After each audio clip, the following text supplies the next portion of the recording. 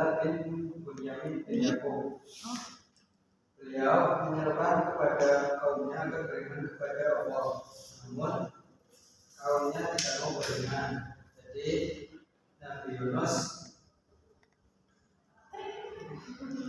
merasa putus asa dan meninggalkan kaumnya. Saat keadaan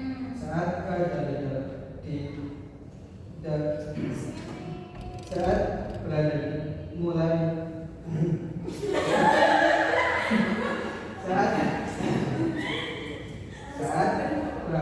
belajar, beberapa waktu kemudian terjadi angin yang cukup kencang dan ombak mulai mengenai para awak perahu.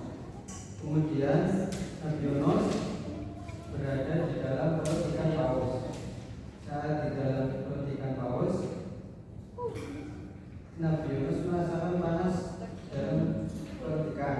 Beliau tampak sakit, lalu matahari bersinar dan menengok ke badannya.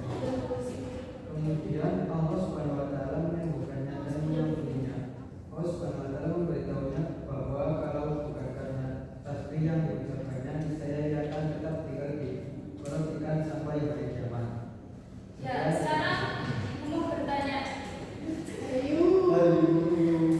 Allah Subhanahu wa taala itu memerintahkan Nabi Yunus ke negeri mana?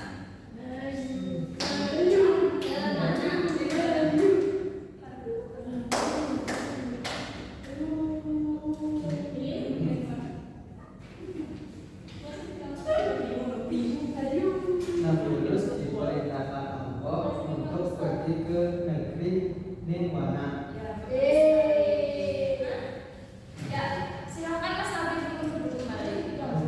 Yang itu tadi. Ya.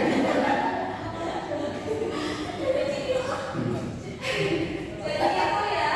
Nabi Yunus diperintahkan oleh Allah Subhanahu wa taala pergi ke negeri Ninwana untuk menyerukan agama Allah, yaitu agama Islam. Namun Nabi Yunus itu merasa putus asa karena penduduk Ninwana itu tidak ada yang mau beriman kepada Allah, sehingga Nabi Yunus memutuskan untuk meninggalkan kaumnya ke laut.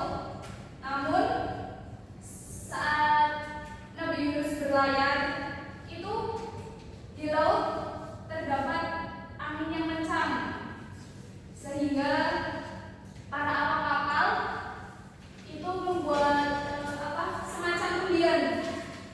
Nama-nama para yang penumpang di kapal itu diundi, siapa yang keluar namanya dia yang gugur ke lautnya.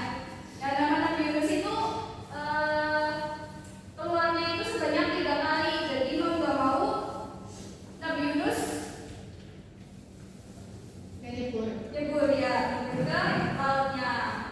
Dan di lautnya itu, di bawah perahunya itu sudah terdapat ikan paus yang diperintahkan oleh Allah untuk memakan Nabi Yunus.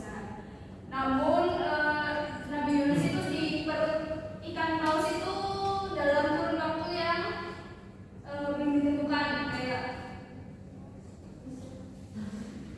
beberapa waktu di dalam perut